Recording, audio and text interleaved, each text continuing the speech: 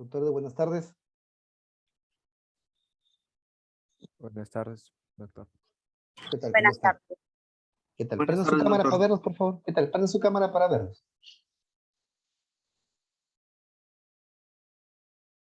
Prendan.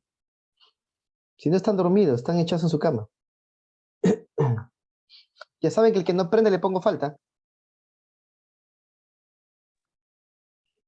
29, ustedes son 45. Hay 29 nomás.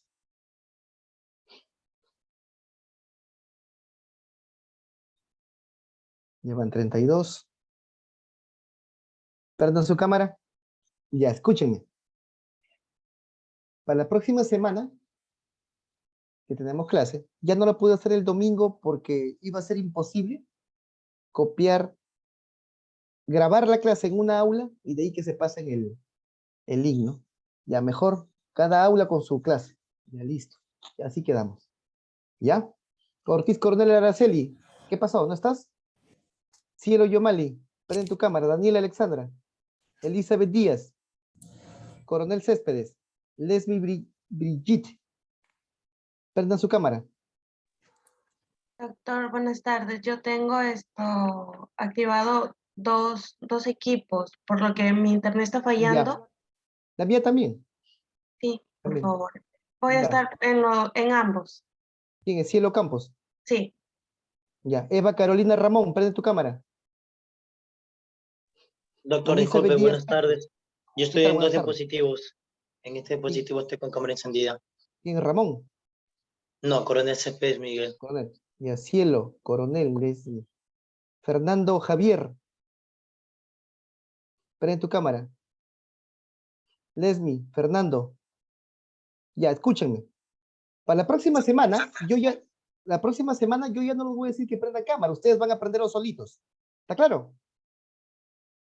¿Se entendió? ¿Escuchan o no? Sí, Díganme doctor. pues. Sí, está bien. Sí, Ya, doctor. yo ya no voy a decir nada porque ustedes no son bebitos, ¿ah? Por si el caso. ¿Ya? El que no me prende cámara le pongo falta. De frente. ¿Ya? Les aviso, porque no voy a estar rogándoles para que prendan cámara. ¿Está claro? Perfecto. Ya quedamos ya. Bueno, Cielo Yomali, ¿me dijiste que estabas con dos dispositivos o no? Sí, doctor. Ya, y Coronel Céspedes también, ¿no? Con dos dispositivos. Así es, Ya, doctor. ya, todos escriban ahora, buenas tardes, doctor, para estar lista, porque todavía no tengo aula. Todos escriban en el chat. Los que escriban después de lo que les he dicho ahorita ya, les pongo falta.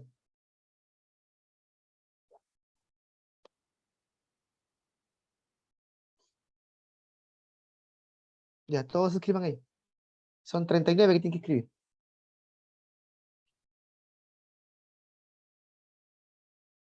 Ya, entonces como ustedes tengo que hacer respiratorio, ¿no es cierto? Que falla de internet. ¿Se escucha bien? Sí, Sí. doctor. Perfecto. Buena. Ena, ahí está, ya la vi a Ena. Flor, hola, Noblitas. Ya listo, tengo 35. Los demás escriban buenas tardes porque les pongo falta. Hay 37, ya van 40. Los demás escriban. Ya, bien.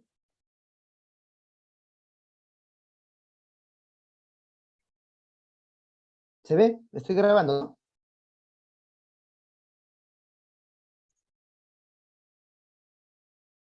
Estoy grabando ya.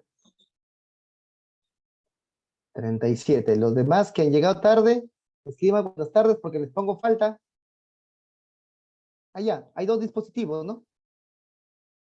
Ya Sí, puse doctor. 40. Puse 40 ya. Ya.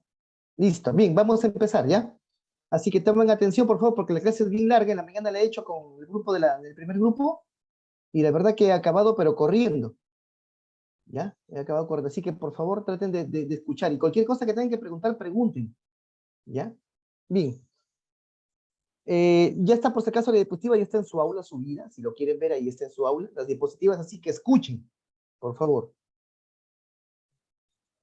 La semana pasada vimos lo que era la parte de la ventilación, que era cómo el aire, el oxígeno y el CO2 entraban a la caja torácica para que se pueda producir la respiración. Ahorita lo que vamos a ver es una parte importante que es la circulación pulmonar, ¿ya? Porque acuérdense, el aire que tiene oxígeno y CO2 van a ingresar al pulmón para que se pueda oxigenar la sangre. Esta sangre se vaya por todo el cuerpo y el CO2 salga del cuerpo hacia el pulmón para la parte atmosférica, ¿ya? Por eso, un punto importante de lo que es la ventilación que vimos la semana pasada, ahora toca lo que es la circulación pulmonar, ¿ya? Por lo tanto, vamos a ver ahorita lo que es la circulación. Miren, la circulación pulmonar va a tener dos tipos. Una circulación que va a ser la que irriga prácticamente al órgano pulmón, al pulmón, irriga la tráquea, los bronquios, irriga los tejidos propios del pulmón, y que es de bajo flujo y de alta presión. Es la sangre con la cual el pulmón se nutre para que pueda el pulmón seguir viviendo sus células. Pero también el pulmón tiene otra circulación que va a ser la que oxigena la sangre que se va a dirigir hacia todo el cuerpo. Es una circulación de alto flujo, pero es de baja presión esa sangre, ¿ya? Esa sangre de alto flujo y baja presión, es importante que tenga una baja presión para que se pueda producir el intercambio gaseoso, ¿ya? ¿Hasta ahí todo claro? ¿Sí? Gino, ¿se entiende? Sí, doctor. Perfecto. Entonces, dos circulaciones. Lo que nosotros vamos a hablar ahorita es la circulación prácticamente la de alto flujo y baja presión. La segunda, ¿ya? Bien. Miren, ustedes saben que normalmente el corazón va a salir del ventrículo derecho, sale lo que es, ¿cómo se llama lo que sale del ventrículo derecho? La arteria. A ver, anatomía, tienen con el doctor Arteria Banco. pulmonar. ¿Ya leyeron o no? Arteria pulmonar. ¿Qué sangre lleva la arteria pulmonar?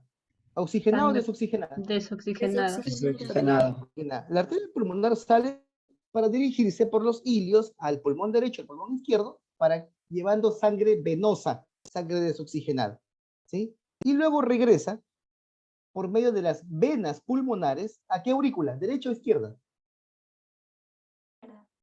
Carlos Melchor, ¿a qué aurícula regresan las venas Izquierda, doctor, pulmonares? izquierda. A la izquierda. ¿Qué traen? ¿Sangre oxigenada o desoxigenada? Oxigenada.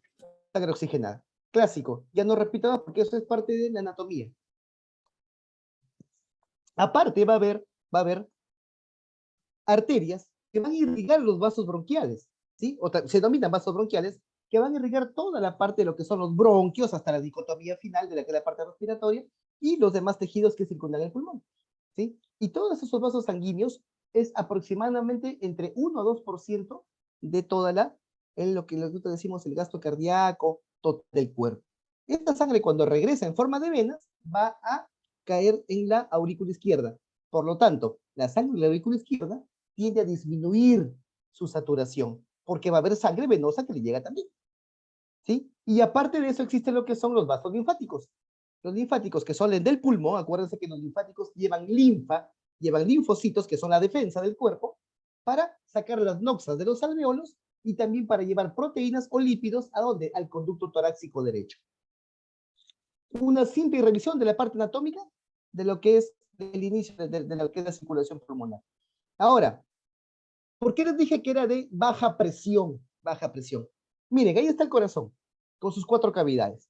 Normalmente en la aurícula, en el ventrículo derecho, la presión a nivel de este ventrículo va a ser de 25 milímetros de mercurio, la sistólica, y la diastólica va a ser 0. Baja. ¿Cuánto es la presión normal? Ena, ¿cuánto es la presión normal? Presión arterial, Exacto. 120/80. 120/80. ¿Sale de qué ventrículo? Sale la aorta. ¿Del ventrículo? Izquierdo. Izquierdo, ¿no es cierto? Si tú comparas el ventrículo izquierdo con la presión arterial 120/80 con la presión del ventrículo derecho, prácticamente la presión del ventrículo derecho es bajísima, 25 milímetros de mercurio, ¿sí? Baja la presión, es presión baja a nivel del ventrículo derecho. Esta presión sale hacia las arterias pulmonares, hacia la arteria pulmonar, y la presión sigue siendo de 25 milímetros de mercurio. Cuando se dirige a la altura del tronco, para que se dividen las dos arterias, derecha e izquierda, la presión va a ser siguiendo sistólica 25 y la diastólica 8 milímetros de mercurio. Total va a dar una presión arterial media de ¿cuánto? De 15. Lo que a mí me interesa es saber la presión arterial media, 15 milímetros de mercurio. Cuando se van los capilares, la presión arterial media va a ser de 7 milímetros de mercurio. Miren cómo va bajando. 15, 7. Baja presión el flujo de sangre a nivel de los pulmones, ¿sí? Y cuando ya regresa como sangre oxigenada por las venas pulmonares, prácticamente la presión arterial media va a ser de 2 milímetros de mercurio. Por lo tanto, el sistema de presiones a nivel de lo que es vasculares, a nivel de lo que es el pulmón, va a ser un sistema de baja presión, pero muy distensible. ¿Para qué me sirve esta baja presión a nivel de los capilares sanguíneos o de los capilares pulmonares? Para que haya intercambio gaseoso. ¿Está claro? ¿Sí? Porque a una presión de 120-80 no puedes hacer intercambio gaseoso. ¿Hasta ahí se entendió? Listo, continúo. Volumen sanguíneo de los pulmones. Normalmente el volumen que llega al pulmón de sangre es de aproximadamente 450 mililitros, que es un total de aproximadamente un 9% del total del organismo. 9% del total del organismo. Brian, ¿cuánto pesas? Brian Smith, ¿cuánto pesas? 52. Redondéalo a 50, ¿ya? Te voy a calcular tu volemia total. Tu volemia es 50 por 70 mililitros. ¿Cuánto es 50 por 70? No me digas que vas a multiplicar en tu celular, ¿eh? Maricielo, ¿cuánto es 50 por 70? Todashi, ¿cuánto es 50 por 70? 3.500. 3.500. O sea, Brian tiene 3.500 mililitros de sangre total en su cuerpo. Brian tiene 3.5 litros. ¿Sí? Esos 3.500, prácticamente el 9%, o sea, el 10%, ¿cuánto sería el 10% de 3.500? Miguel Ángel Coronel.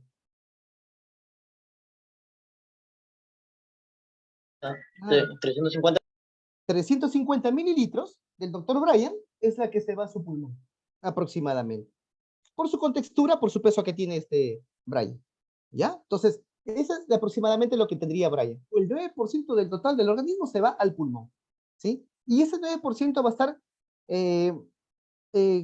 dividido en dos partes. Una que va a ser los capilares pulmonares, que aquí la diapositiva es de 70 mililitros, y otra que va a ser en arterias y venas pulmonares de 380. Si tú sumas los dos, es 450 mililitros en total. ¿Ya? ¿Por qué es importante esta cantidad de sangre de 450 mililitros? Cuando tú respiras profundo, por ejemplo, los futbolistas cuando respiran profundo, están expirando, están que botan aire, eso comprime las arterias y venas de los pulmones y esa sangre pasa a la circulación total del cuerpo.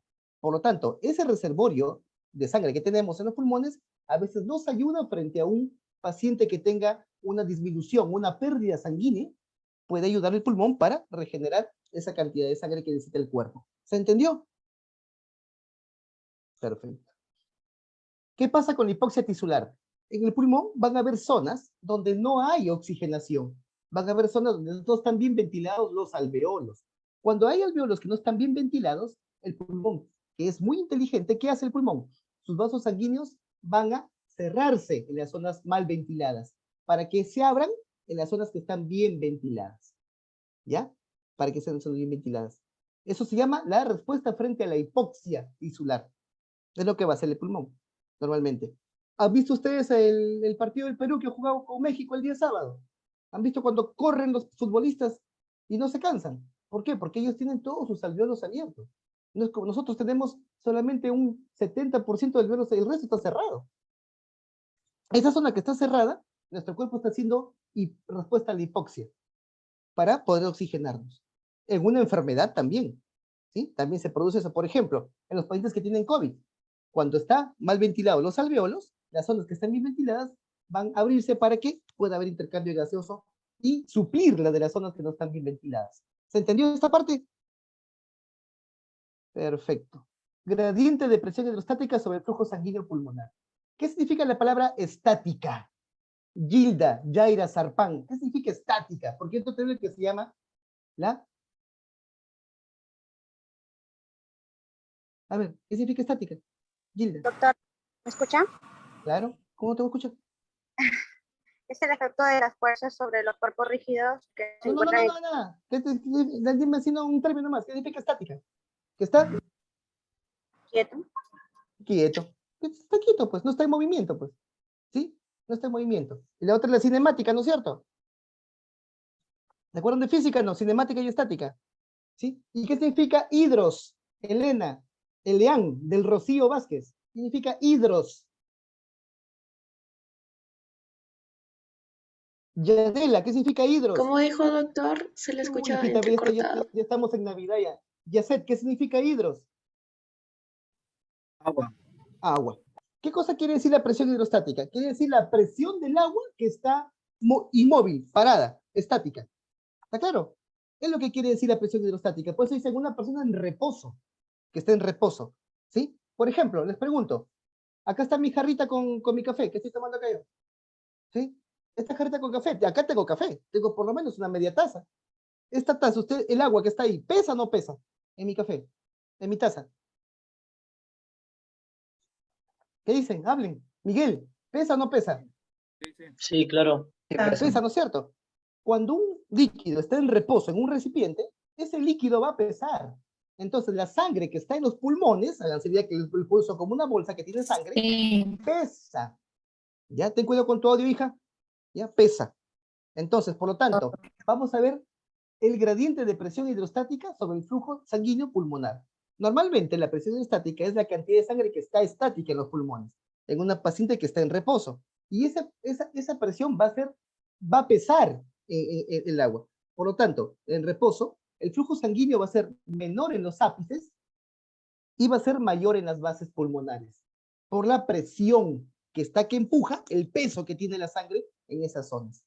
¿Ya? Por lo tanto, abajo va a ser mayor, arriba va a ser menor, por el peso que tiene la sangre en los pulmones. ¿Se entendió? Para seguir. Sí, doctor. Doctor. Sí, perfecto. Entonces, normalmente, en un paciente que está parado, erguido, a la altura del corazón, va a haber un gradiente de presión, diferencia de presiones, que va a ser aproximadamente de 23 milímetros de mercurio. En donde en los ápices, la presión va a ser menor, de aproximadamente 15 milímetros de mercurio, menor que la del corazón. Mientras que en las bases, por el peso que tiene, el peso de la estática de la sangre, va a ser mayor en 8 milímetros de mercurio. ¿Sí? Acuérdense que entre pulmón, entre ápice y base, hay una distancia de aproximadamente 30 centímetros.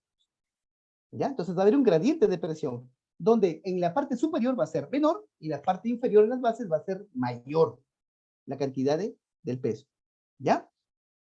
Ahora, normalmente, en base a la hidrostática, van a dividirse en 3 zonas, las zonas del flujo sanguíneo pulmonar.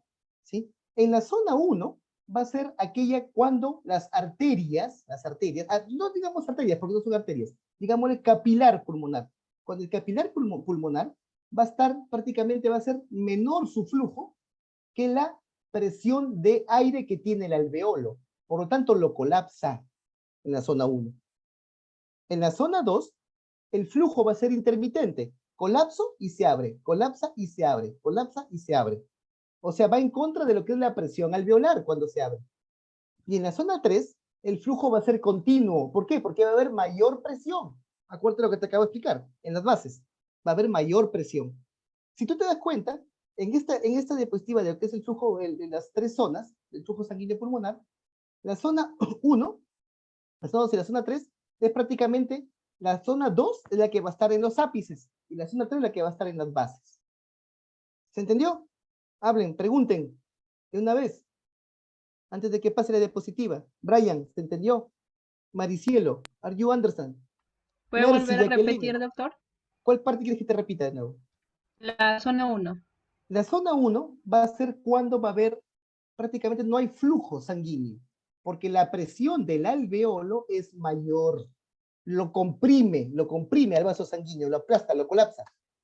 La zona 1. ¿Por qué? Porque la presión en el vaso sanguíneo, la presión arterial, es menor por la presión hidrostática. Prácticamente los ápices arriba, que te acabo de explicar, va a ser menor. ¿Se entendió?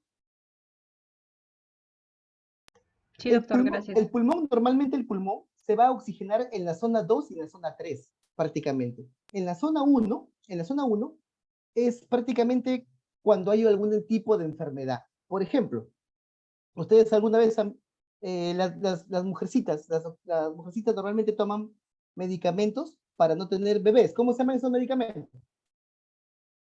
Anticonceptivo. Anticonceptivos. Los anticonceptivos, por vía oral, producen tromboembolia pulmonar aguda, producen TEPA. ¿Qué cosa es una tromboembolia? ¿Qué es un trombo?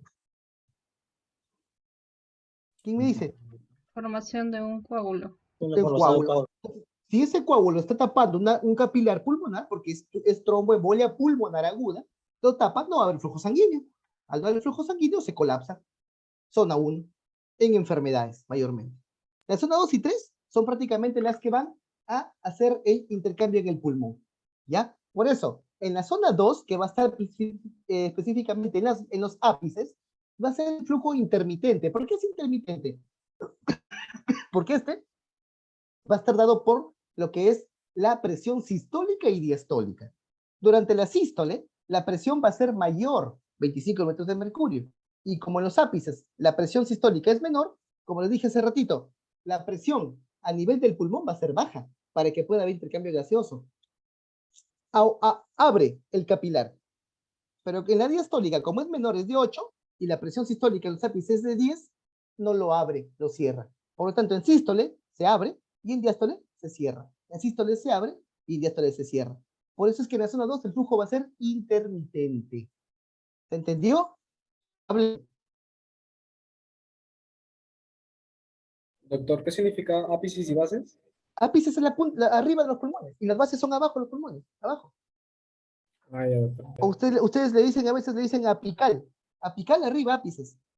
Y abajo son las bases de los pulmones. ¿Ya? ¿Hasta ahí está claro? ¿Va a seguir? Hablen. Sí, doctor. Ya, ¿Podría en la... explicar la sístole? ¿La ¿Cómo, sistólica? La sistólica. ¿Podría explicarlo de nuevo, por favor? Te digo que cuando hay presión sistólica, tengo que te enseñé un corazoncito que hay con 4 cavidades y la presión venosa en la arteria pulmonar era de 25 metros de mercurio. ¿Recuerdas? Que te acabo de enseñar un dibujito.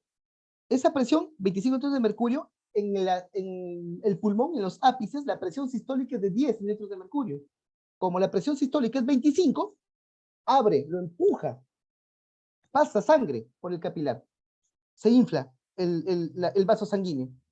¿Sí? En la diastólica, como es 8, no lo empuja, porque la sistólica es 10 del pulmón, del ápice. Por lo tanto, no va a haber, se colapsa. Por eso es intermitente en la zona 2. ¿Sigo? Hablen.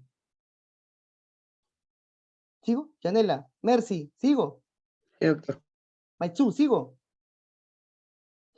Listo. En la zona 3, en la zona 3 que les acabo de graficar, en las bases va a ser mayor por la presión hidrostática, va a haber mayor presión, ¿sí? Por lo tanto, al ser mayor la presión a nivel de las bases, en las bases, la presión alveolar va a ser 0, y como la presión es 25 metros de mercurio, lo va a mantener continuamente abierto, y va a haber flujo sanguíneo en sístole y en diástole. No va a haber ningún problema. Por eso en la zona 3 el flujo es continuo. ¿Se entendió?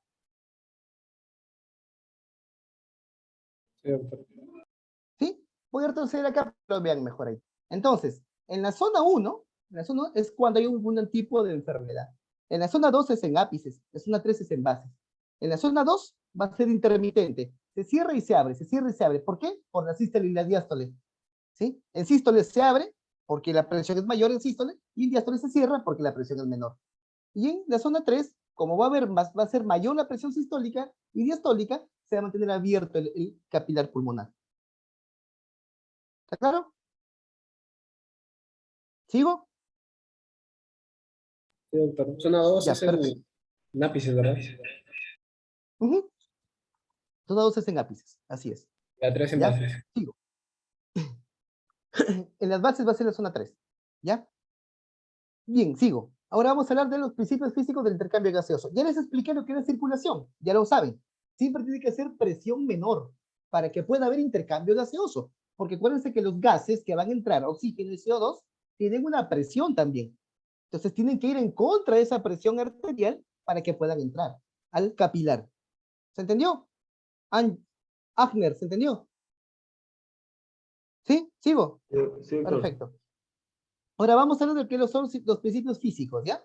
Físicos de intercambio gaseoso. Miren, normalmente las moléculas de gas, porque ahora ya voy a hablar de los gases, las moléculas de gas tienden a estar en movimiento. Todas las moléculas de gas tienden a estar chocando, están chocando contra las paredes del recipiente que los contiene, por si acaso. ¿Sí? El gas, por ejemplo, el aire ahorita que estamos acá estudiando, estamos escuchando, el aire tiende a ser un vehículo que se moviliza. ¿Sí? Por ejemplo, no sé si ustedes se han dado cuenta, cuando entran a una habitación que tiene una ventana y una puerta, cuando ustedes abren la puerta, o cierran la puerta y abren la ventana, casi no entra mucho aire. Pero cuando ustedes abren la puerta y abren la ventana, entra cantidad de aire porque el aire es como un río, es un fluido que se moviliza de un lado a otro lado. De un lado de mayor concentración a un lado de menor concentración. ¿Sí? ¿Se entiende lo que les digo? ¿Está claro? Las moléculas de gas tienden a difundir, tienden a moverse. ¿Sí? Van a estar en cinética de movimiento. ¿Ya? Por lo tanto, aquí la temperatura tiene mucho que ver, la temperatura. La temperatura aumenta la vibración molecular, aumenta la velocidad de las moléculas, aumenta que el aire, un gas, pase de un lado a otro lado. Acuérdense eso, todo gas tiende a difundir de un lado a otro lado. Por lo tanto, esa difusión de un gas va a ir de un lado de mayor concentración a un lado de menor concentración de gas. ¿Está claro? ¿Hasta ahí está claro? Perfecto. ¿Ya? Entonces no se olviden, todo gas tiende a difundir. Todo gas, no se va a quedar quieto jamás. Jamás. ¿Ya? Entonces, cuando nosotros tenemos una mezcla de gases, acuérdense que el aire que estamos ahorita acá conversando, ¿qué contiene el aire que estamos conversando? ¿Qué contiene? A ver, díganme. Uno, ¿qué contiene? Mercy, ¿qué contiene el aire que estamos acá conversando? Oxígeno, ¿Ya? CO2, Oxígeno, hidrógeno. CO2, nitrógeno, hidrógeno, helio Los gases. y otros gases. ¿No es cierto? El aire es una mezcla de diferentes tipos de gases. Cada uno de esos es un gas. Sí, es un gas. Pero acuérdense siempre, la mezcla total de gases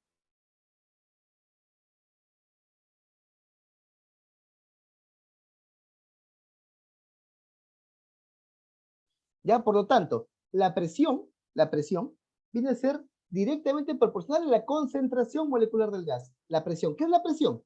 Es la cantidad de gas que pasa de una zona de mayor concentración a una zona de menor concentración. ¿Ya? La presión.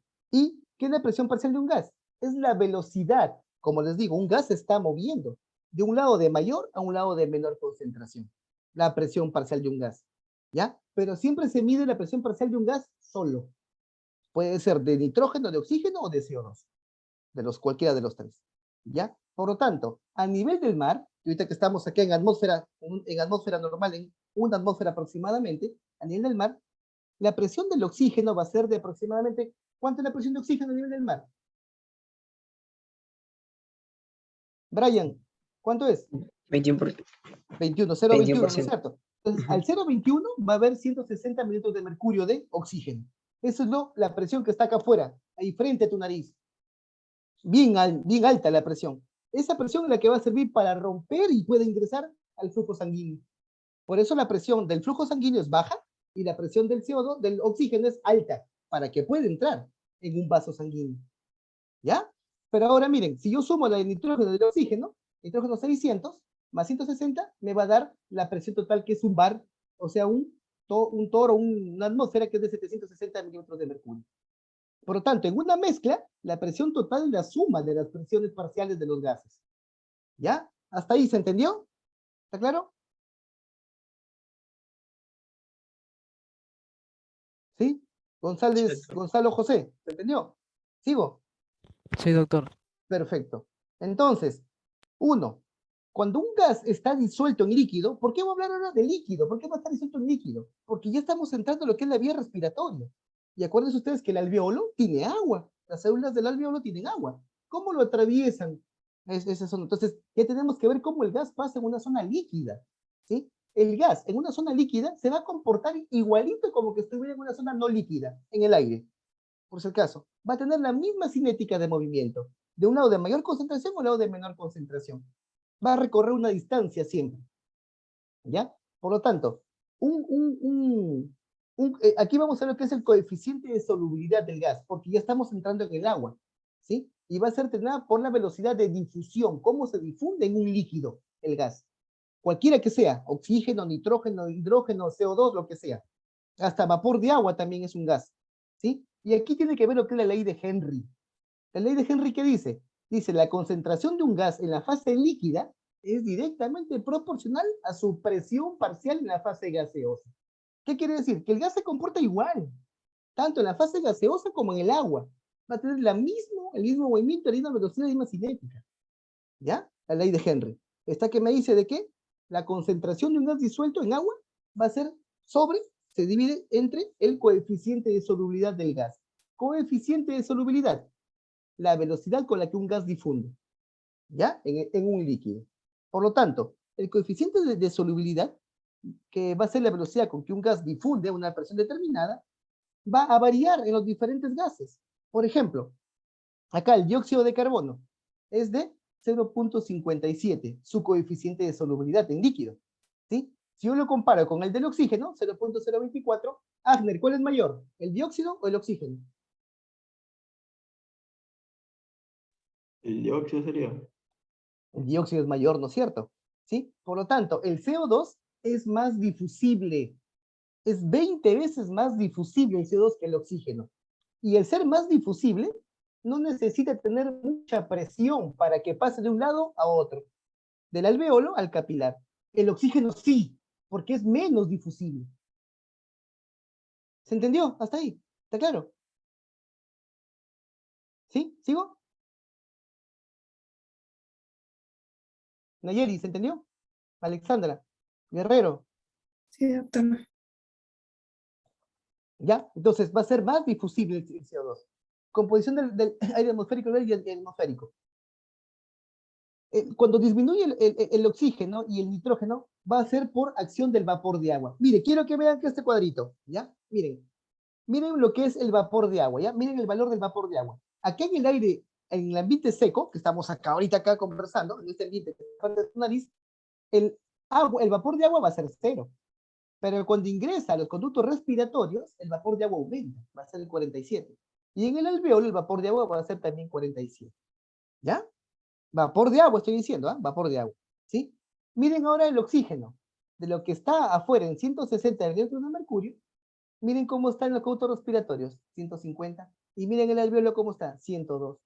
¿Sí? A ver, ¿quién me dice? Angélica, ¿qué pasó con el oxígeno? Ha disminuido. Disminuye, ¿no es cierto? ¿Por qué? Por acción del vapor de agua que aumentó. ¿Y por qué? ¿Por qué disminuyó el oxígeno? Para poder mantener la presión en la mezcla siempre con su mismo valor, 760. Por lo tanto, cualquier gas que tú vas a administrar a un paciente tiene que estar humidificado. ¿Para qué? Para que pueda disminuir su presión parcial y pueda entrar en la vía aérea. ¿Sí? ¿Han visto alguna vez ustedes cuando hacen oxigenoterapia en los pacientes con COVID que les ponen la botella de oxígeno al costado, el balón, el bidón de oxígeno, y tienen una como especie de un humidificador que tiene agua? No sé si han visto alguna vez. Nunca se pone directo. La bigotera o la cánula binasal o la máscara de reservorio no se pone directo por si acaso. Siempre se pone con un humidificador. ¿Han visto alguna vez o no han visto? Díganme. No han visto. Ya. Siempre cuando se administra oxígeno humidificado, para que tenga vapor de agua y su presión parcial disminuya dentro del pulmón, ¿sí? Porque acuérdate que dentro del pulmón la presión del oxígeno tiene que ser ¿de cuánto? De 104. No puede ser de 150 ni 160. En el alveolo tiene que ser de 104, 102, 104, como dicen. ¿Ya? Para que disminuya y pueda hacer el intercambio gaseoso con el capilar. ¿Se entendió hasta ahí? La acción del vapor de agua. ¿Sí? Hablen. Genaro, ¿se entendió? Alonso, Llovera. ¿Sigo? Doctor, sí. Entonces, aquí viene la ley de Dalton. ¿Qué dice la ley de Dalton? Dalton dice que la presión total de un gas, ¿sí? O sea, de la mezcla, viene a ser igual a la suma de las presiones parciales de las sustancias que los componen, o de los gases que lo componen. Como les acabo de decir, el aire total tiene una presión de 760 mililitros de mercurio, y va a estar compuesto por la presión parcial de oxígeno, la presión parcial de CO2, la presión parcial de nitrógeno, componen a esa mezcla, ¿ya? La presión total. Por lo tanto, cuando esta mezcla va a tener una presión, ¿sí? Total, la mezcla, va a ser la suma de sus presiones parciales de los diferentes gases que la componen. Porque siempre va a haber un mismo volumen ventilatorio, ¿sí? ¿Cuánto es el volumen tidal normal? Los que han hecho práctica, a ver, volumen tidal o volumen corriente, ¿cuánto es? 500. 500. El volumen va a ser el 500 mismo. El volumen va a ser el mismo. Pero la presión del oxígeno, del nitrógeno, del CO2 va a ser diferente. Porque cada uno tiene su propia velocidad de difusión de moléculas. pero al final la mezcla total va a ser una presión total. ¿Ya? Entonces aquí la famosísima fórmula del pavo ratón. A mí me enseñaron como el pavo ratón. Pavo ratón. Presión por volumen es igual a N, que es el número de moléculas, R, la constante universal, y la temperatura del cuerpo. ¿Ya? Esa es la ley de Dalton. ¿Se entendió? Y hablamos de la ley de Henry, y hablamos de la ley de Dalton. ¿Está claro? Any question? ¿Todo claro? Daniel Alexandra. Yes, yes. Juan, perfecto. Yes, teacher. Seguimos entonces. Así, yes, teacher, yes, miss, yes, miss, yes, teacher. Así. Coeficiente de difusión. Ahora vamos a ver el coeficiente de difusión. Ya vimos la solubilidad, que estamos hablando del coeficiente de difusión. ¿Ya? Miren, acá a ver. ¿Cuánto está el coeficiente de difusión del dióxido de carbono acá? Elizabeth Díaz Peña. Está con la cabeza agachada, Elizabeth, está llorando, creo. Elizabeth. ¿Cuánto es ahí que te lo señala con rojo ahí, el coeficiente de difusión del dióxido de carbono? 20.3. Ya, 20, ¿no es cierto? ¿Y el del oxígeno cuánto es? 1. 1. El dióxido de carbono, te dije hace ratito, tiende a ser ¿cuántas veces más difusible que el oxígeno? ¿Cuánto? 20 veces más difusible. ¿Ya? Por lo tanto, cuando un gas se disuelve en un líquido, porque ya estamos usando del alveolo, ¿sí? Y está humidificado, tiende a ser más difusible y va a tener un coeficiente de difusión en un líquido. ¿Ya? El dióxido de carbono es el más difusible que el oxígeno. Ley de Fick. La tercera ley, ley de Fick. ¿Qué dice la ley de Fick? La ley de Fick utiliza lo anterior, que es la difusión, el coeficiente de difusión. ¿Sí? Dice, la difusión de un gas en un líquido a través de una membrana, ya vamos a hablar de membrana respiratoria, ¿ya? Es directamente proporcional a su gradiente de concentración, o sea, la diferencia de presiones del lado de mayor al lado de menor concentración. Y es inversamente, o sea, inversamente proporcional al espesor de su membrana. ¿Ya? Eso es para calcular el flujo neto, el flujo total. El flujo total va a estar dado ¿por quién? Por el coeficiente de difusión del gas. ¿Ya? Por lo tanto, la ley de Fick nos dice eso, que tiene que ver obligatoriamente el coeficiente de difusión para poder hallar lo que es la diferencia de presiones sobre lo que es el espesor de la membrana o la distancia. Ley de Fick, porque yo voy a hablar de membrana respiratoria. No es una clase de física elemental, por si acaso. Solamente que les digo para que vean cómo se relaciona la ley de Henry, la ley de Dalton y la ley de Fick en lo que es la mecánica del ingreso de gases al nivel del pulmón. ¿Se entendió? Segundo, Miguel Heredia, ¿se entendió? Lesmi, Brigitte. Más o ¿Sí? menos. Más o menos. Más o menos. ¿Quién dice más o menos?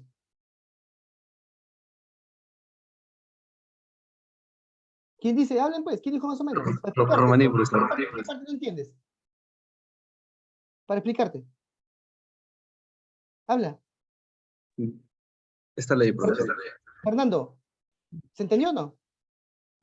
La verdad, no. Esta ley. ¿Podría repetirlo, por favor? La de Fick. Ya.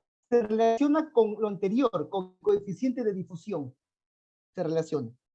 Por eso, estoy poniendo acá coeficiente de difusión. El coeficiente de difusión viene a ser aquella acción que tiene un gas que está disuelto en un líquido para que pueda ser más difusible. Pasar de un lado de mayor concentración a un lado de menor concentración. Pero a través de un líquido, a través de una membrana.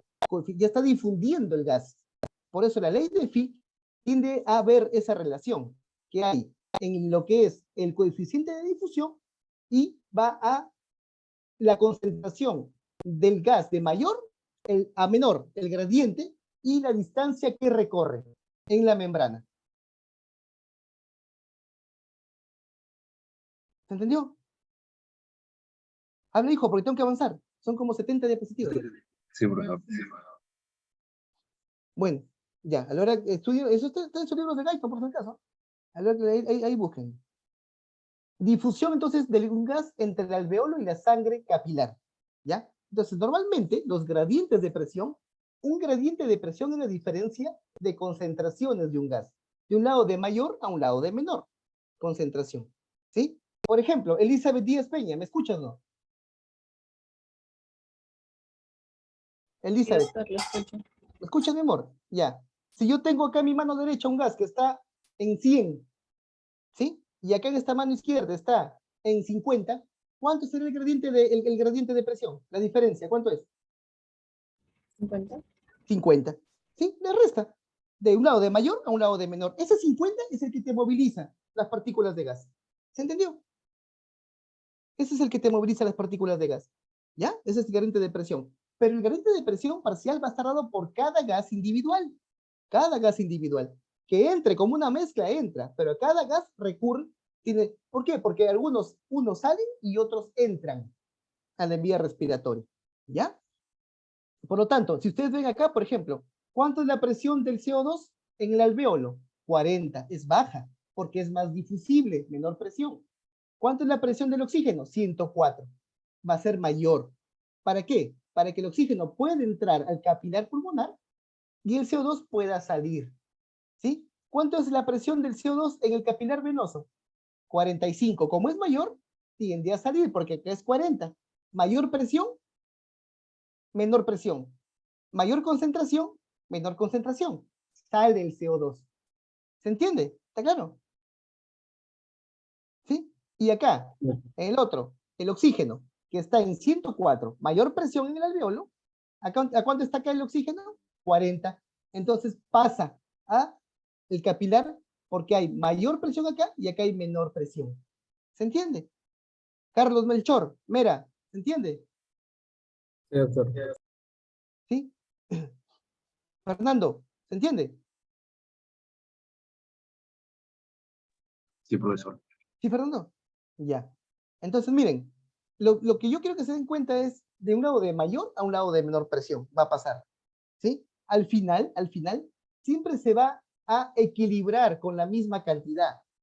El oxígeno acá es 104 y acá en el capilar ya va a ser de 104, es lo mismo.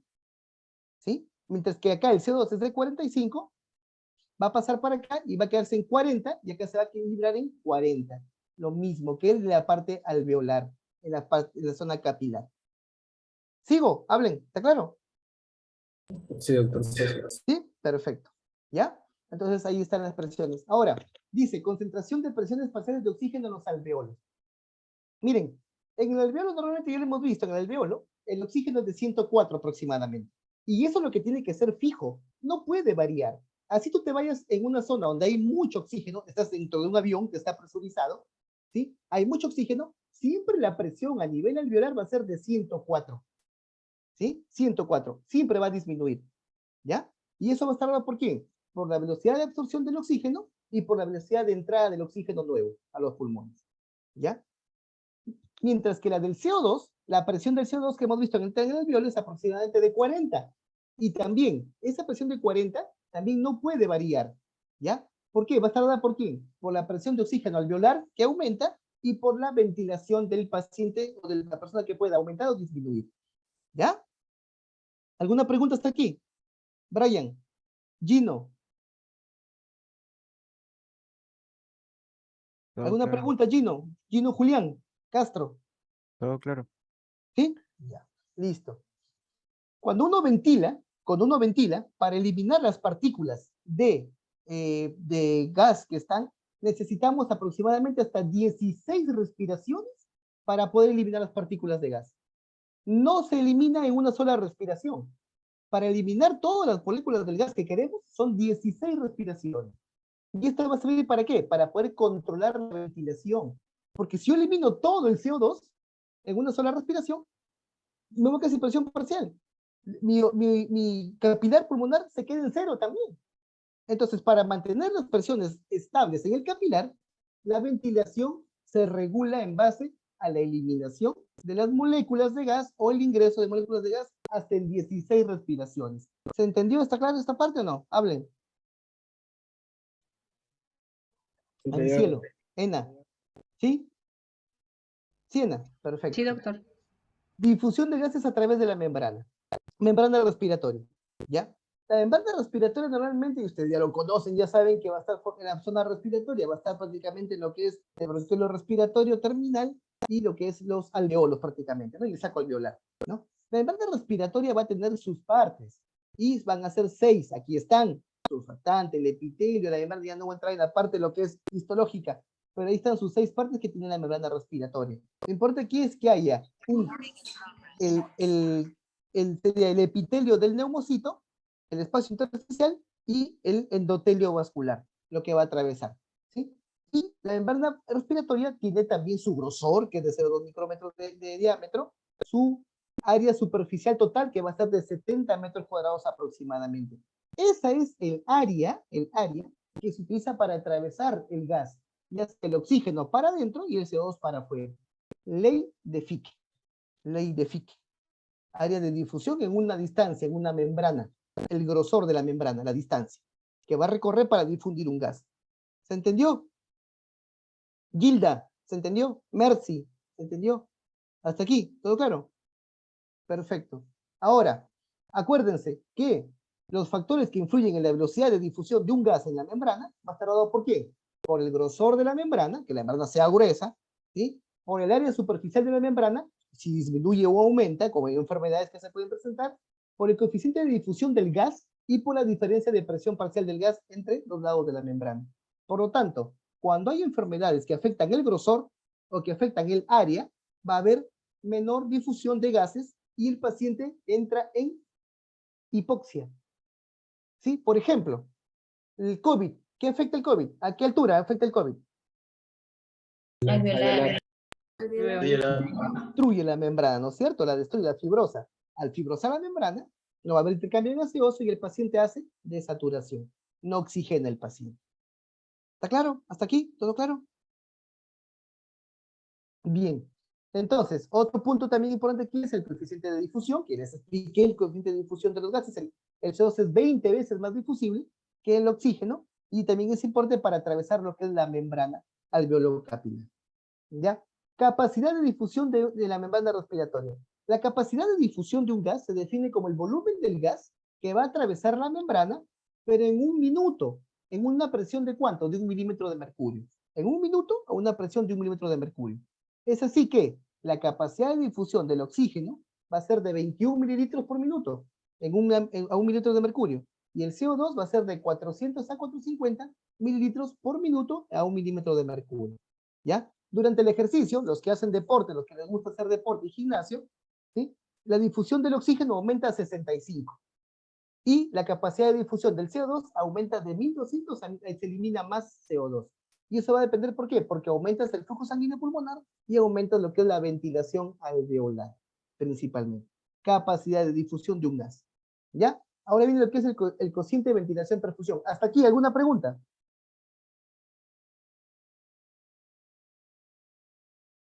¿Alguna pregunta? Elizabeth, Lesmi, Nicole Peralta, Sofía Abigail Dez, ¿alguna pregunta? Ortiz Coronel Arachim. No, profesor. Ninguna. ¿Ninguna? Ya, entonces, hasta aquí ya hemos visto lo que es la circulación, lo que es el capilar, lo que es el paso de gases y las 3 leyes que van a normar lo que es el paso a través de la membrana especialmente. De la membrana, que es lo que estamos viendo. Por lo tanto, hasta aquí lo que es mecánica ventilatoria y lo que es la parte de la física. Andrea, ¿alguna pregunta? No, doctor, ninguna, está claro. Perfecto. Ya, muy bien. 5 minutos de break, porque ya hemos completado 45 minutos, ¿sí? Porque si no se les malogra las neuronas. 5 minutos de break para que reposen, se vayan al baño y se puedan levantar. ¿Ya? 5 minutitos. Por reloj.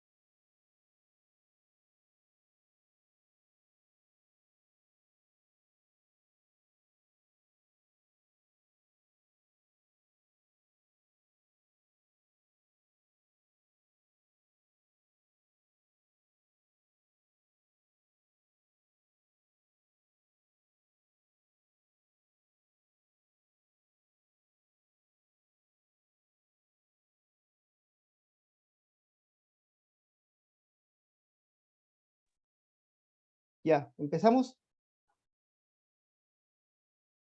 Muy bien. Entonces ahora vamos a ver lo que es el coeficiente de ventilación-perfusión, ¿ya? A ver, todos prenden su cámara para verlos.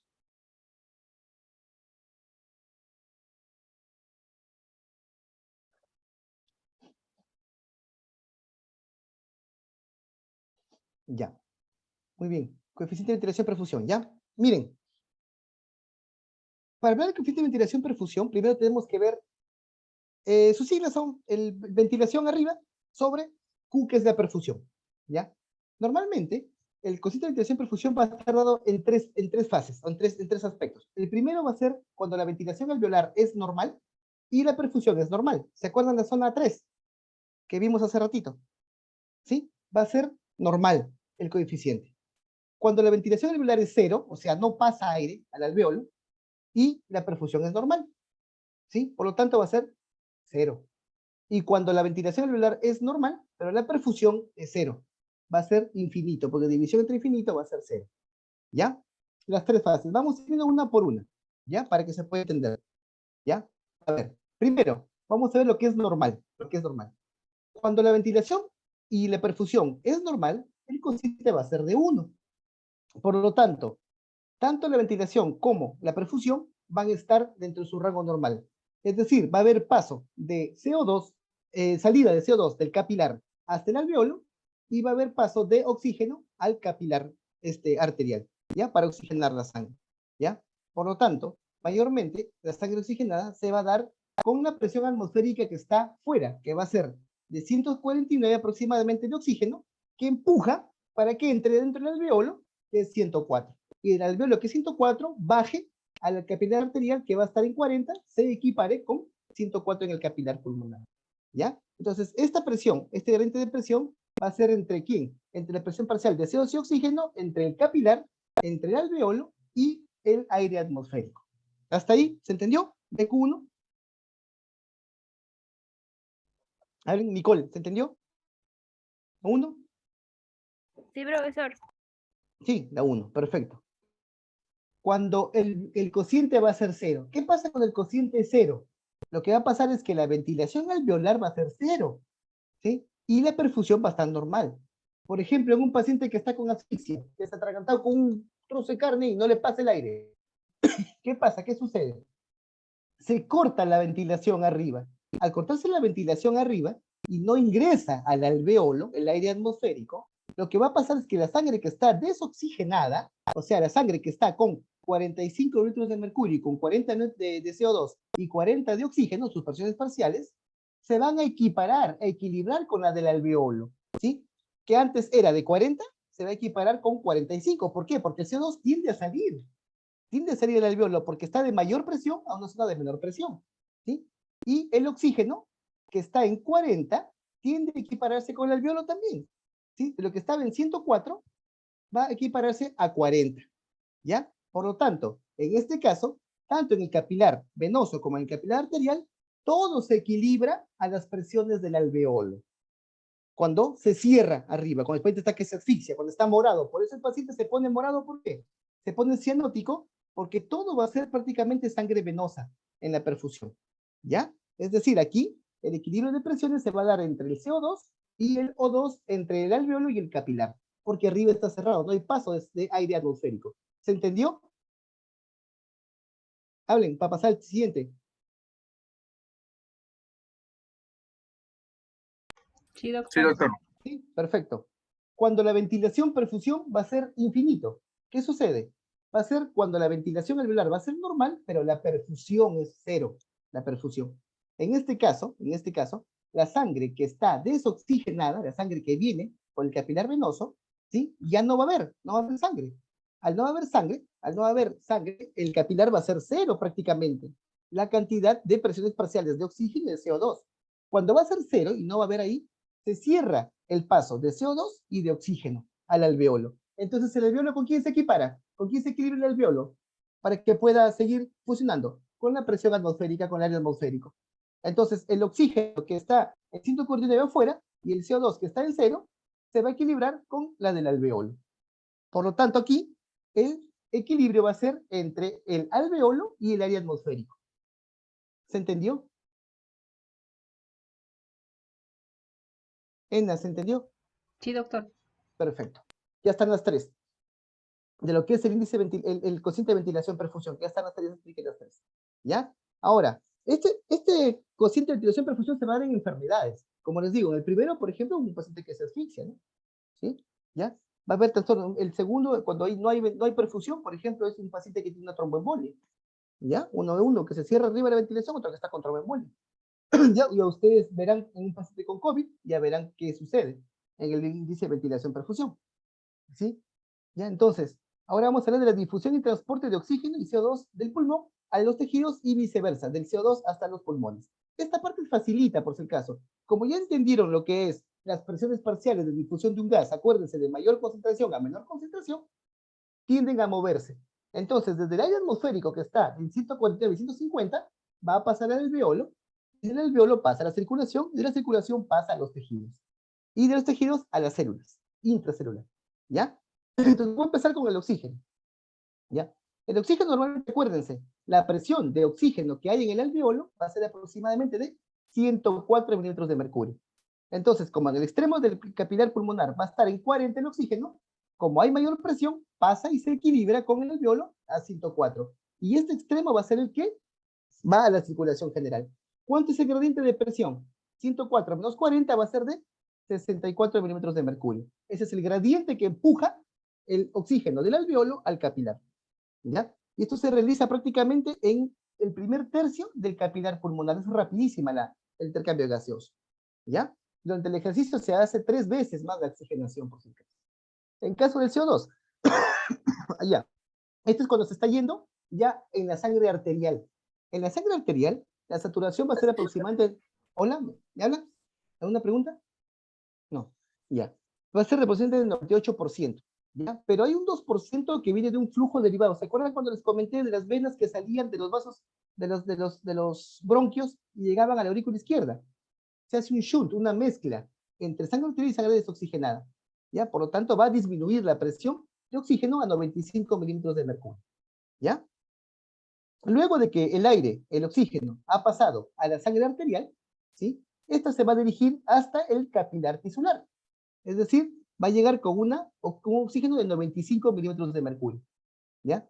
Pero a la altura que está en el líquido intersticial, como la presión de oxígeno es 40 y esta es 95, tiende a pasar, ¿sí? Al líquido intersticial, porque es mayor la presión, ¿sí? Y cuando está ya en 40, al capilar tisular, tiende a meterse la célula porque la presión en la célula es de 23, ¿ya? O sea, en la célula ya es 23 y como aquí es 40, pasa dentro de la célula, ¿ya? Tiende a pasarse dentro de la célula. ¿Cuánto es el promedio de presión dentro de la célula? 23 milímetros de mercurio. La célula maneja presiones desde 5 a 40 en el EC y de 1 a 3 en el metabolismo celular que utiliza la célula. Entonces, el oxígeno está pasando desde 104 hasta 23 que está dentro de la célula. Y va disminuyendo por gradiente de presión, llega hasta el tejido. ¿Se entendió? Agner, Román, Aldair Vázquez, Brian Smith, Genaro, Alonso, ¿se entendió? Doctor, ¿puede repetirlo? Perfecto. ¿Cuál parte quieres que te repita, hijo? Toda esa parte, doctor. ¿Te dijiste esta parte? Ya. Yo lo repito. Mira, el oxígeno normalmente va a estar, por diferencia de presiones, va a estar en 104 en el alveolo y va a dirigirse al capilar. ¿Por qué? Porque en el capilar la presión de oxígeno es 40. Entonces, ¿qué hace el oxígeno que está acá en 104? Como hay mayor presión, mayor concentración, mayor gradiente, mayor cantidad de moléculas, pasa al capilar y se equipara en 104. Una vez que está en el capilar, se dirige por toda la circulación. Llega a 95, pues te expliqué. No va a ser 104 exactamente, no llega a 95. ¿Por qué? Porque hay una mezcla venosa de la aurícula. Entonces, ese 95 que está llegando por el capilar a los tejidos, a las células, hasta tu último dedo de tu pie, ahí tu última celulita de tu uña está llegando, ¿sí? En 95, como hay mayor presión, hay 95, y en el tejido intersticial es 40, tiende a pasar el oxígeno, porque está en 95, y el intersticio es 40. Entonces, esa diferencia de presiones hace que el oxígeno pase el intersticio primero, en 40. Y luego del intersticio, o el tejido intersticial que rodea a las células, pasa dentro de la célula que está en 23. Pasa a la célula que, o sea, es una diferencia de presiones que va desde el alveolo hasta el tejido. Va pasando, de mayor concentración hasta menor concentración. ¿Sí? ¿Se entendió? Ortiz Coronel Araceli, ¿se entendió? Sí, doctor. Perfecto. Ahora vamos a ver el CO2. Empieza en el tejido, porque el CO2 es al revés. El CO2 empieza en la célula y se va al alveolo. Es al revés, sale el CO2. Entonces, en el CO2, en el tejido, va a ser aproximadamente de 46 en la célula. ¿Sí? Y miren, dense cuenta que el movimiento del CO2 es bien bajo sus límites de presiones. ¿Sí? Entonces, de 46 pasa al intersticio que está en 45. Primero. ¿Ya? Entonces, de 46, que es mayor, pasa al intersticio. ¿Sí? Del intersticio, que está en 45, pasa al capilar pulmonar, que está al capilar, perdón, del tejido tisular, que está en 40, como está en 45, pasa y se equipara en 45 para dirigirse hasta la relación general en 45 ahora ya. Y de 45 ya se va a ¿dónde? Al capilar pulmonar, que está arriba a la altura del alveolo, para pasar al alveolo que está en 40. Ya, pues ustedes se dan cuenta, el CO2 es bien bajito, sus límites de presiones. ¿Sí? ¿Por qué? Porque es más difusible que el oxígeno. Mucho más difusible. ¿Cuánto es el gradiente de presión en el capilar pulmonar? 45 menos 40, 5 mililitros de mercurio. Bien bajo. El otro era 64 del oxígeno. Porque es más difusible. Por todas las leyes de la física que les acabo de explicar. ¿Se entendió, Genaro? Alonso. Sí, doctor. ¿Sí? Ya, entonces hasta ahí lo que es el intercambio gaseoso. ¿Ya? Baja presión por ser mayor difusión. A ver, ¿explica de qué es? La función de la hemoglobina en el transporte de oxígeno. Entonces, aquí ya tenemos que ver lo que es la parte de la hemoglobina. Acuérdense que la hemoglobina es aquella proteína que está en el eritrocito que transporta tanto oxígeno como CO2. Y el oxígeno va a estar disuelto o se transporta dentro de la sangre en dos formas. Uno combinado en la hemoglobina, que es un 97%, y otro el 3% disuelto en el plasma y en el citoplasma celular. ¿Ya? Por lo tanto, se dice que a una presión de oxígeno elevada, ¿sí? El oxígeno se une a la hemoglobina en el pulmón. Pero a una presión de oxígeno baja, el oxígeno se libera de la hemoglobina en los tejidos. Es lo que hemos visto ahorita desde el alveolo hasta el tejido. ¿A cuánto estaba en el alveolo el oxígeno? 104. ¿Y a cuánto estaba el oxígeno en la 40. célula? En la célula, 40. en la célula 40. casi 23. Ah, no, 23. No, pero está claro, o sea, de 40 pasa a 23, ¿no es cierto? Entonces, mientras más baja sea la presión de oxígeno, más se suelta, más al tejido. Mientras más alta se va para lo que es la oxigenación pulmonar. ¿Ya? Entonces, aquí lo que tenemos que ver es lo que es la curva de disociación de la hemoglobina. ¿Ya? Que es importante, ¿por qué? Porque la curva de disociación de la hemoglobina nos habla de la saturación de la hemoglobina.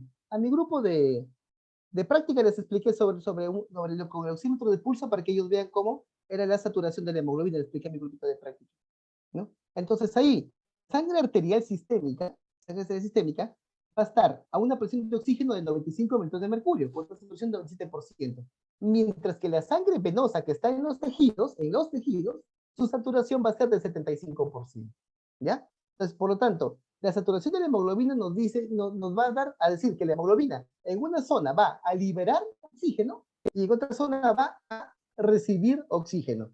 Tanto en el alveolo recibe como en el tejido libera oxígeno. ¿Ya? ¿Se entendió hasta ahí? ¿Está claro? ¿Sí? ¿Sigo? Brian, ¿se entendió? Sí, doctor. Elena, ¿se entendió? Elian, ¿se entendió? Dashi, ¿se entendió? Sí, doctor. Pregunten, ¿ah? Ya, perfecto. Entonces, cantidad de oxígeno que se combina con la hemoglobina. Aproximadamente la hemoglobina que todos tenemos es de 15 gramos de hemoglobina por cada 100 mililitros de sangre. Y 1 gramo de hemoglobina se une a 1.34 mililitros de oxígeno.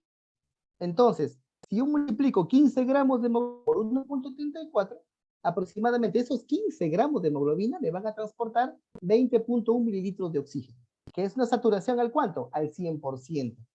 ¿Ya? Pero, acuérdate que tú no saturas 100%, tú saturas 97% como máximo, ¿sí? Por lo tanto, hay impurezas que van a transportar, o el oxígeno también se transporta en base disuelto en el plasma. La cantidad normal de oxígeno va a ser de 19.4 mililitros de oxígeno por cada 100 mililitros de sangre, a una saturación del 97%. ¿Está claro? Si yo les pregunto en el examen, les voy a preguntar la cantidad normal. ¿Ya? Ahora, en los capilares tisulares, en los tejidos, se va a reducir este oxígeno a 14.4, a una saturación del 75%. ¿Por qué? Porque los tejidos de las células están consumiendo oxígeno. Por lo tanto, al consumir oxígeno, reduce su saturación al 75%. ¿Se entendió? Yanela, Priscila, Senmache. Sí, doctor. Perfecto. ¿Ya? Ahora, la hemoglobina entrega aproximadamente a los tejidos 5 mililitros de oxígeno por cada 100 mililitros de sangre. Eso es lo que entrega la hemoglobina. Y aquí viene lo que es el coeficiente de utilización de la hemoglobina del oxígeno. Es el porcentaje de sangre que cede oxígeno en los capilares tisulares. Es decir, que solamente el 25% de la hemoglobina oxigenada es la que cede oxígeno a los tejidos. De toda la hemoglobina que está oxigenada, solamente el 25% cede oxígeno a los tejidos. ¿Ya? Son conceptos, son conceptos. ¿Se entendió los conceptos? ¿Sigo? ¿Sigo? Perfecto. Entonces, ¿por qué se dice como amortiguador la hemoglobina? ¿Qué es un amortiguador? Porque la hemoglobina va a entregar 5 mililitros de oxígeno por cada 100 mililitros de sangre, lo acabamos de decir. La hemoglobina tiene un límite de seguridad superior de oxígeno. Acuérdense que a nivel de la célula, el oxígeno de cuánto estaba en 40 metros de mercurio. ¿Se acuerdan? En la célula. ¿Sí? Por lo tanto, no puede aumentar más. ¿Por qué? Porque no va a pasar al LEC. No va a pasar del LEC a los tejidos. Siempre la hemoglobina tiende a reducir esa presión de oxígeno en los tejidos para que pueda haber intercambio gaseoso ¿con quién? Con la célula. O sea, en otras palabras, así tú estés en un avión que está presurizado y que está lleno de oxígeno, ¿sí? Y que tengas máximo de 500 mililitros de mercurio de oxígeno, la hemoglobina siempre te lo va a trabajar ¿a cuánto? A 40 mililitros de mercurio en tu tejido, el oxígeno, ¿sí? Y si estás en una montaña donde no hay oxígeno, igualito, la hemoglobina te lo maneja ¿a cuánto? A 40 mililitros de mercurio en los tejidos. Esa es la acción de amortiguación que tiene la hemoglobina de mantener un nivel, una cantidad de oxígeno a nivel de tejidos para que haya intercambio gaseoso. ¿Se entendió? ¿Está claro? Hablen, Elena, ¿se entendió? María Carranza, ¿se entiende? Sí, doctor, sí. ¿Ya? O sea, en otras palabras, no puede variar esa cantidad de 40. Ya por eso, los valores que va a mantener la hemoglobina van a ser entre 500 hasta 60, dice, y valores siempre lo va a mantener en 40 para que haya intercambio gaseoso en los tejidos, porque a mí lo que me interesa es que haya oxígeno en los tejidos. Es lo que más me interesa a mí. ¿Ya? Bien. Factores que desplazan la curva de disociación de la hemoglobina, Miren, la curva de disociación de la hemoglobina es esta que está en medio, acá, que está en un pH normal de 7.4. ¿Sí? La curva se puede movilizar para la derecha, para abajo, 7.2, o para la izquierda, arriba, 7.6. Cuando la curva se desplaza hacia la derecha, quiere decir que está en un medio ácido. Y cuando la curva se desplaza hacia la izquierda, quiere decir que está en un medio básico. ¿Se entiende hasta ahí? ¿Hablen? ¿Está claro? Sí, doctor. Ya. ¿Por qué? Cuando se desplaza aquí pone como ejemplo la parte de la izquierda. El desplazamiento, perdón, a la derecha. Por aumento de los iones hidrógeno. Los hidrogeniones, ¿qué producen en el cuerpo cuando aumentan? ¿Acidosis o alcalosis?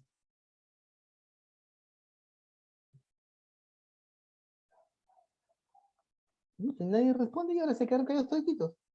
¿Qué producen los hidrogeniones en el cuerpo? Acidemia. ¿Acidosis o alcalosis? ¿Qué producen? Acidosis, ¿no es cierto? ¿Sí? El CO2, ¿qué produce en el cuerpo? ¿Acidosis o alcalosis? Cuando aumenta. A mi grupo de práctica les explicaba ahí. ¿Qué produce? Alcalosis. No, Así es, sí, respiratoria. acidosis, pues, produce el CO2. Por eso es que se elimina con la respiración, porque tú siempre vas a estar acidótico. Tus células siempre van a producir ácido. Por eso es que con tu respiración estás que regulas esa acidificación que hay en el cuerpo para botar CO2. Cuando aumenta el CO2 o aumentan los hidrogeniones, va a estar en acidosis. ¿Sí? El aumento de la temperatura en la fiebre, en hipertermia, también te produce acidosis. Por eso a mi grupo de práctica les he puesto un caso clínico de un paciente que está con inflamación, con infección, está con fiebre alta. Está acidosis el paciente, está infectado. ¿Está qué? Quiere ventilar rápido. ¿Sí? El aumento del difosfoglicerato también produce acidemia, acidosis. ¿Ya? Por lo tanto, aquí vamos a hablar del efecto Bohr. ¿Qué es el efecto Bohr? El efecto Bohr, cuando el organismo está en acidosis, como está ácido, ¿sí? Se va a tirar la curva de disociación de hemoglobina a la derecha y va a haber menor afinidad de la hemoglobina por el oxígeno. Se cede los tejidos, ¿sí? Se cede los tejidos. Y cuando el organismo se tira a la izquierda, cuando está en alcalosis, va a haber mayor afinidad de hemoglobina por el oxígeno. Lo recibe en el alveolo del pulmón. Así sucede. Por eso los tejidos siempre van a ser más ácidos, van a producir más CO2. Por eso en el tejido el CO2 la presión es alta, entonces va a ser más ácido. Al estar ácido, la curva se tira en el tejido a la derecha. ¿Y qué hace la hemoglobina? Cede oxígeno al tejido. Mientras que arriba en el alveolo, como el CO2 se desprende y se bota el CO2, va a haber alcalosis. ¿Qué hace la hemoglobina? Está más afín para recibir oxígeno. ¿Se entendió? Gonzalo José Choso Vance, ¿se entendió? Angélica Shen Cotina, ¿se entendió? Sí, doctor. Perfecto, sigo entonces. Desde los tejidos a los pulmones transporta aproximadamente 4 mililitros de CO2. Ahora vamos con el CO2, ¿ya? De CO2. Es decir, por cada 100 litros de sangre. Así como el oxígeno que había, también el CO2 también 4 mililitros. ¿Y en qué forma se transporta? En forma disuelta, que va a ser un 7%, en forma de bicarbonato, 70%. ¿Cómo se produce esto? En el eritrocito. En el eritrocito. En el eritrocito, el CO2 se mezcla con agua. Y al mezclarse con agua, va a formar ácido carbónico. Miren, H2, H2. Un oxígeno, un oxígeno. C, un carbono, 2 oxígenos, más 1, 3 carbonos. Se forma ácido carbónico. Y ese ácido carbónico se va a desplegar o se va a disociar ¿en qué? En hidrogeniones y en bicarbonato. Por lo tanto, el eritrocito, la hemoglobina, cuando transporta el CO2, tiende a ser un buffer para disminuir la acidosis del cuerpo. Y lo que elimina son los hidrogeniones, cuando está a la altura de lo que es el alveolo, en forma de CO2. Y otra forma de que se transporta el CO2 es en forma de carbamina hemoglobina, que es aproximadamente un 23%. Son las 3 formas en que se transporta la hemoglobina. ¿Ya? ¿Qué más tengo acá? El efecto Haldane. ¿Qué es el efecto Haldane? No te dicen Haldane. El efecto Haldane es lo opuesto al efecto Bohr. El efecto Bohr es del oxígeno. El efecto Haldane es del CO2. ¿Qué dice el efecto Haldane? Dice que cuando la hemoglobina se une al oxígeno, esta desplaza CO2 en la sangre y se va a hacer ácida la hemoglobina. Cuando la hemoglobina se hace ácida, como en el tejido, por ejemplo, ¿sí? Va a haber 2 formas de cómo desplaza CO2. Uno, la acidez de la hemoglobina, la acidez, se tira la curva para la derecha, tiende a tener menor afinidad por el CO2 y se elimina en forma de carbamina hemoglobina. Y segundo, la acidez de la hemoglobina hace que el hidrógeno se vuelva a juntar con el bicarbonato para formar ácido carbónico. Y este ácido carbónico viaja hasta el alveolo. Y ahí en el alveolo se disocian CO2 y agua. Y el CO2 se elimina al aire. Las 2 formas de eliminar CO2 por el efecto Haldane. ¿Se entendió? Yanela, Yasset, Darip, Yamo Villalobos. Are you understand me? Alison, Xiaomi, Xiaomi. ¿Se entendió? Sí, doctor. Gilda. Gilda Yajaira, ¿se entiende? Sí, doctor. Ya, perfecto. Ahí está lo que es el efecto Haldane y su curva, ¿no? En la cual dice que cuando aumenta aproximadamente el doble de la cantidad de CO2 que se libera de la sangre de los pulmones, va a aumentar también aproximadamente el doble lo que es la captación de CO2 por los tejidos. ¿Ya? Es lo que es el efecto Haldane, que es para el CO2 específicamente. Listo. Última parte del tema, regulación de la respiración. ¿Hasta aquí alguna pregunta? Daniela, ¿alguna pregunta? Daniela Alessandra. No, doctor, todo entendido. Ninguna. Maitsu, any question? Nada. No, teacher. Muy bien. Ahora lo que es lo último ya es la regulación de la respiración. ¿Qué viene a ser qué cosa? ¿Cómo respiras prácticamente? Va a haber, en el bulbo raquídeo, van a existir lo que son los centros respiratorios. El principal de ellos va a ser el centro respiratorio dorsal, que va a ser la inspiración. Acuérdense que para que haya ventilación pulmonar, para que entre aire a los pulmones, lo principal es la inspiración. ¿Por qué? Porque la expiración es pasiva, la expiración. Es por retroceso elástico de los pulmones que se eliminan el aire hacia el exterior. ¿Ya? Uno. Dos, el otro va a ser el grupo respiratorio ventral, que dice, hace expiración e inspiración. Pero este se utiliza cuando hacemos una respiración forzada, ¿sí? Y el tercero va a ser el centro neumotáxico. El centro neumotáxico, ¿qué es lo que hace? Inhibe las respiraciones. ¿A quién lo inhibe? Al grupo respiratorio dorsal. Lo inhibe, ¿ya? El centro neumotáxico va a medir lo que es la frecuencia y la profundidad de las respiraciones. Frecuencia y profundidad de la respiración. Aumenta la frecuencia o más profundo o más superficial. Ustedes, por ejemplo, ahorita que están ahí sentados respirando, están en una respiración muy superficial con una frecuencia baja, ¿ya? ¿Y están utilizando cuál? El grupo respiratorio dorsal. Están haciendo solamente inspiración, el resto es retroceso elástico. El grupo respiratorio dorsal va a medir lo que es la inspiración y el ritmo respiratorio. El ritmo, que tenga una ritmicidad de respiración, que sea rítmica, es decir, que tenga una respiración de 12 por minuto y no se mueva, 12, 12, 12, 12, etc. ¿Ya? Aparte de eso, van a existir quimioreceptores, vasoreceptores y receptores de los pulmones, de distensibilidad, que se van a dirigir por el nervio vago y el glosofaringeo hasta este núcleo, que es el núcleo dorsal, que sirve para lo que es la respiración. ¿Ya? Ahí va a estimular lo que son las vías motoras que se dirigen al diafragma, etcétera, para que haga la inspiración, acuérdense, inspiración, ¿ya? Lo principal. ¿Qué cosa es la rampa inspiratoria? Normalmente, en la inspiración dura aproximadamente 2 segundos y la expiración dura 3 segundos. Si ustedes lo suman, en total van a ser 5 segundos. Y si lo dividen entre 60 segundos que tiene un minuto, va a ser aproximadamente 12 respiraciones por minuto. Este ciclo se repite una y otra vez para que haya ventilación normal. ¿Sí? ¿Ya? La rampa inspiratoria va a tener sus características. Va a controlar la velocidad del aumento de la señal en rampa, llenado pulmonar, y controla el punto de límite al que se interrumpe súbitamente la respiración para la frecuencia respiratoria. ¿Qué cosa es la rampa, en otras palabras?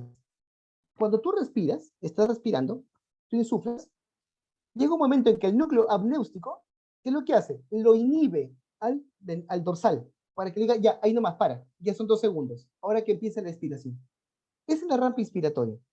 La rampa inspiratoria prácticamente es algo que te va a permitir ventilar normalmente, porque tú no vas a insuflar infinitamente.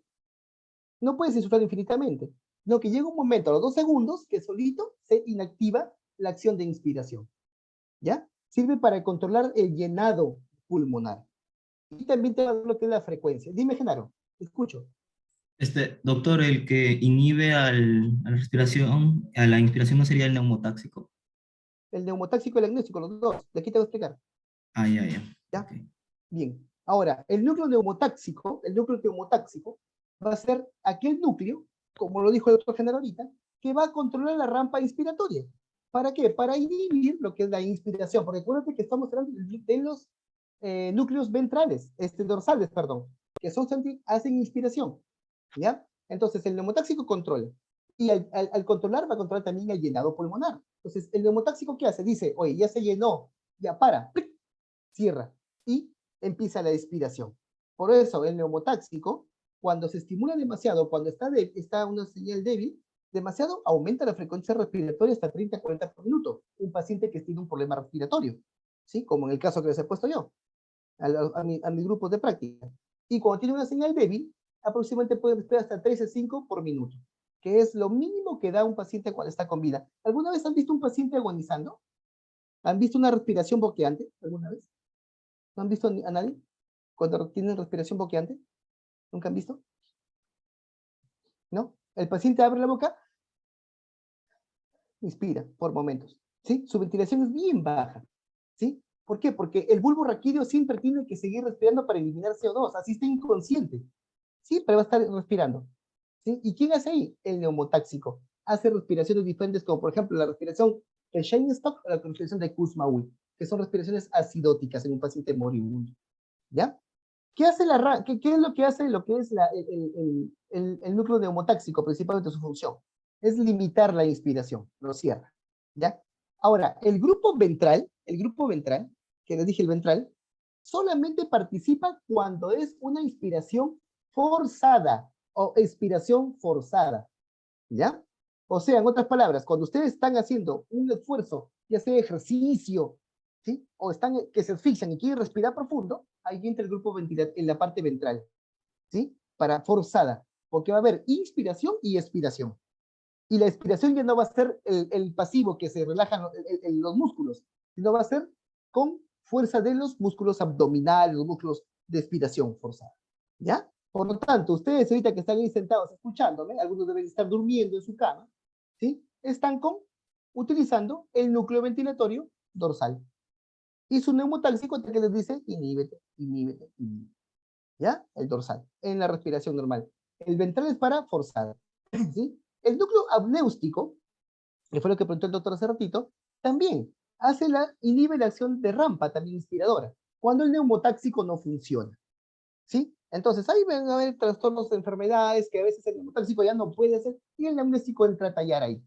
Por lo tanto, su función va a ser inhibir la expiración y estimular la inspiración, ¿ya? Por lo que la frecuencia respiratoria también, el amnésico, ¿ya? ¿Qué más tengo acá? Reflejo de Hering-Breuer. El reflejo de Hering-Breuer tiene que ver con la distensión, ¿sí? ¿Alguna vez han ventilado a un paciente con ambú? Cuando han hecho su práctica del chivito, lo han ventilado han visto un ambú y ventilando el chivito con el ambú? ¿Lo han ventilado? Ya. Imagínate ese ambú que es grande, que estés ventilando a un bebito que pesa 1 kilo, a un prematurito. No le vas a dar la misma cantidad de aire que le das al chivo o a un adulto que pesa 70 kilos. ¿Por qué? Porque le revienta los pulmones. Haces barotrauma, ¿sí? Por lo tanto, el reflejo de Hering-Breuer, ¿qué es lo que va a hacer? Te impide que se sobreinflen los pulmones con la inspiración, junto con el apnéustico, con todo esto de la rampa inspiradora, para que no se reviente, no haya barotrauma. ¿Se entendió? Gilda, Sarpán. ¿Se entendió, hija? Hering-Breuer. Sí, doctor. Sí, ya, perfecto. Control químico de la respiración. Para hablar de la parte química de la respiración, acuérdense ustedes, ¿quién es el gas que estimula la inspiración? ¿El CO2 o el oxígeno? Angélica Shenlin, ¿quién estimula la inspiración? La inspiración, ¿eh? ¿La expiración o inspiración, cuál, No, doctor? INS, nada más, porque es la parte normal. El oxígeno. No, mi amorcito lindo. Gilda, ¿quién estimula? Genaro, ¿quién estimula? CO2, doctor. CO2, no se olviden. El CO2, ya te dije, es más difusible, 20 veces más difusible, ¿sí? Por lo tanto, el CO2 es el que estimula la respiración, por si acaso, ¿sí? O sea, tú respiras cuando tienes aumento de CO2. ¿Por qué? Porque acuérdate, el CO2 es ácido. El cuerpo es ácido con el CO2. ¿Qué tiene que hacer el cuerpo? Eliminarlo. Y la única forma de eliminarlo es por la ventilación, ¿sí? Ventilación. Haldane, ¿sí? Efecto de Haldane. No se olviden, les acabo de explicar, ¿sí? El CO2. Por lo tanto, el CO2, acuérdate que hay una fórmula, que el CO2 se junta con el agua, que al juntarse con el agua forma ácido carbónico. Y el ácido carbónico se divide en ¿qué? En bicarbonato con hidrogeniones. Esos hidrogeniones son los que actúan a nivel de los quimiorreceptores para producir la inspiración y aumentar la frecuencia respiratoria para botar CO2. ¿Se entendió? ¿Está claro? Por eso, en un paciente que está infectado, un paciente que está séptico, un paciente que está con una bronquitis, está con una neumonía, aumenta hay taquipnia, polipnia. ¿Por qué? Porque quieres eliminar CO2, porque está acidótico el paciente. ¿Se entendió? ¿Está claro? Por eso hay hipertermia, aumento de temperatura. ¿Sí? Sigo, hablen, porque ya falta poquito para terminar. Gino, ¿se entendió? ¿Sí, hijo? ¿Seguro? Brian, ¿se entendió, Brian? Perfecto. ¿Ya? ¿Qué hay que ver? Dice, control químico, puede ver cómo el CO2 junto con los hidrogeniones están estimulando lo que es las respiraciones. Por lo tanto, el oxígeno no tiene nada que ver, por si el caso, con lo que es la inspiración. ¿Ya? Ni se les ocurra. Pregunta de examen, por si el caso. ¿Ya? Ahora, hay casos, hay pacientes en los cuales algunos dicen, los ancianitos, los viejitos, en su vejez, ya regulan, los pacientes ellos tienen fibrosis, EPOC crónico, los viejitos, empiezan a regular su acción por oxígeno. Pero cuando están muy viejitos ya, no le quito el mérito al CO2, ¿ah? No le quito el mérito al CO2, Pero cuando empiezan a regular por acción oxigenatoria, llegan ahogándose. ¿Y qué hacen? Le ponen más oxígeno, más uso, porque como tiene oxígeno y no respira, pues, lo mataste el paciente. ¿Sí? Entonces acuérdense eso. ¿Ya? Seguimos. Receptores periféricos ahora. Ya vimos el control químico. Ahora los periféricos. Los periféricos, específicamente los periféricos, van a estar dados por ¿quién? Por los vasoreceptores. Y los vasoreceptores de presión, estos sí, estos receptores de presión que van a estar ubicados en los cuerpos carotídeos y en los cuerpos aórticos, van a ser los medidores de oxígeno. Estos sí van a medir oxígeno, ¿ya? Pero no le quitan el mérito al CO2 y al hidrógeno también, ¿ya? Por si acaso, ¿ya? Pero estos regulan por oxígeno, ¿ya? Sigo. Y por último, a ver, los quimiorreceptores, cuando la concentración de oxígeno está ahí, también aumenta los impulsos para lo que es de la presión arterial de oxígeno, también aumenta la ventilación. Bien, hasta aquí se terminó la parte de lo que es respiratorio. ¿Alguna pregunta? Ninguna. Perfecto. Escúchenme. Ya lo subí al aula virtual, ¿sí? La próxima semana que tengamos clase, voy a ver si hago 2 temas para poder avanzar, ¿sí? De lo que es cardíaco, ¿ya? Para poder avanzar, lo que es cardíaco. Porque hasta aquí estamos en la semana, prácticamente la semana 3. Aquí he hecho 2 temas, prácticamente juntos. Ahorita estamos en la 4ª semana. Después de semana para equipararnos, hago el tema de la semana 4 y la semana 5. Y ahí nos equiparamos. Por la 3 semana de la 5ª semana. Para dejarles, porque la cosa es que quiero avanzar para dejarles su última semana libre, para que puedan estudiar para su examen, o sea, la 8ª semana, para que estudien para su examen, ¿ya? Porque igualito como me lo voy a jalar a toditos, para que estudien para su examen en la 8ª semana, ¿ya? Bien, ¿alguna pregunta? ¿Algo no se haya entendido?